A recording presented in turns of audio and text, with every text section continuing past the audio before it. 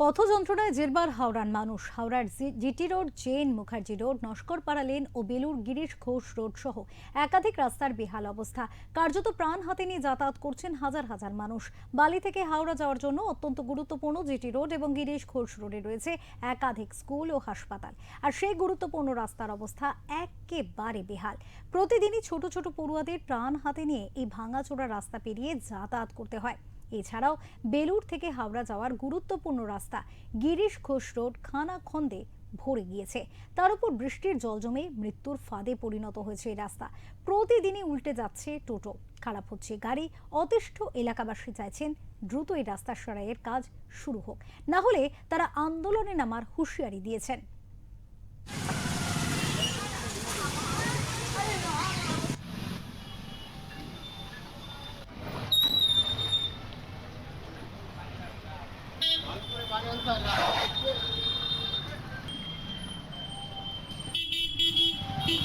করে এখানে সামনে স্কুল, কিছু বলার নেই। সরকারের কাছে একটাই অনুরোধ, রাস্তাঘাটটা ঠিক করে। রোজ এখান দিয়ে কয়েকশো মনে হয় স্কুল গাড়ি পাস করে, এতগুলো বাচ্চা যায় এখান থেকে, কোন সময় কিছু একটা অ্যাক্সিডেন্ট হয়ে যাবে। সরকারের কাছে একটাই অনুরোধ, যেন রাস্তাঘাটটা একটু ঠিক করে। অনেক আশা নিয়ে আমরা তাদেরকে নিয়ে এসেছি এই মানে বিয়ে করে। রাস্তার অবস্থা এখানে কোনো পরিষেবা একদম ভালো না। রাস্তায় বাচ্চা কাচ্চা গেলে জল কাদা ছিটিয়ে যায়, টোটো উল্টে পড়ে যায়, কোনো ঠিকঠাক নেই। বাচ্চার সেফটি একদম বাচ্চার কোনো সেফটি বলে কিছু নেই। আমরা চাইছি যে এখানে রাস্তাঘাট উন্নতি হোক, পরিষেবা ভালো দিক, যাতে মানুষজন বাচ্চা কাচ্চা স্কুলে নিয়ে ভালোভাবে যেতে পারে। এটাই চাই, আর কিছু চাই না। তাদের কি করার আছে, আমরা কি বলবো বলুন? এই পরিস্থিতিতেই তো যেতে হচ্ছে আমাদেরকে, খুব অসুবিধা হয়।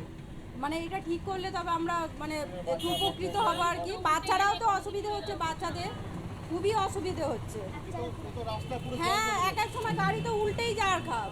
কি বলবেন প্রশাসনকে, কি বলবেন? প্রশাসনকে বলবো যে রাস্তাটা যাতে ঠিক করে।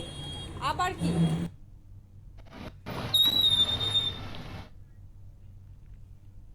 এই মুহূর্তে আমাদের সাথে রয়েছেন আমাদের প্রতিনিধি অনুপ রায়। অনুপের সাথে কথা বলবো, জানবো অনুপ, একেবারে রাস্তার বেহাল দশা, সামনেই বর্ষা, সেখানে মানুষ অভিযোগ করছেন, প্রশাসনিক তরফ থেকে কিছু প্রতিক্রিয়া মিলেছে কি?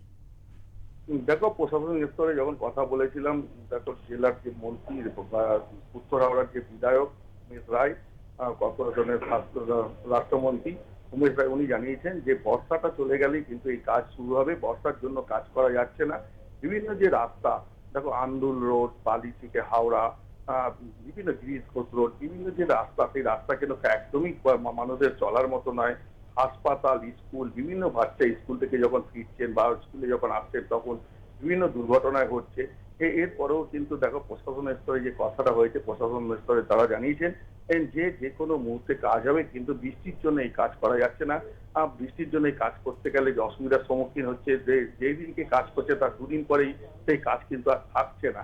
এর জন্যই তারা এই মুহূর্তে তারা কাজ করছেন না। আর তিনি জানিয়েছেন যে 18 কোটি টাকা তারা স্যাংশন হয়েছে। এটা জেনেছেন যে এই 18 কোটি টাকা স্যাংশন হয়েছে, এই কাজ শুরু হবে ঠিক বর্ষা চলে গেলে, যে বৃষ্টি বন্ধ হয়ে গেলেই তারা এই কাজ শুরু করবেন বলেই জানিয়েছেন যে পুজোর আগে তারা এই কাজ কমপ্লিট করবেন। বিভিন্ন রাস্তায় তারা কিন্তু সারাবেন বলে এমনটাই জানিয়েছেন মন্ত্রী উমেশ রায়।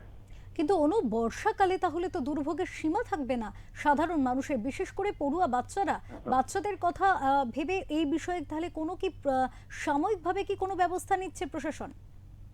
না, এই মুহূর্তে কিন্তু প্রশাসনের তরফ থেকে সেভাবে কোনো স্টেপ নিচ্ছে না, ঠিক কথা। কিন্তু তারা জানিয়েছেন বৃষ্টির মধ্যে তারা কাজ করতে পারছেন না, কাজ করতে গেলে অসুবিধার সম্মুখীন হচ্ছেন। যদিও কাজ করছে, সেই কাজ বেশিক্ষণটা টিকছেন না।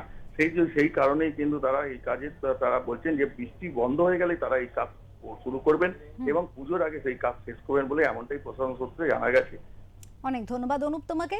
আমাদের প্রতিনিধি অনুপ রায় তিনি ছিলেন আমাদের সাথে এবং তিনি জানালেন যে বেলুড়ে এক্ষেত্রে যে রাস্তার বেহাল দশা আপনাদের সামনে আমরা তুলে ধরলাম।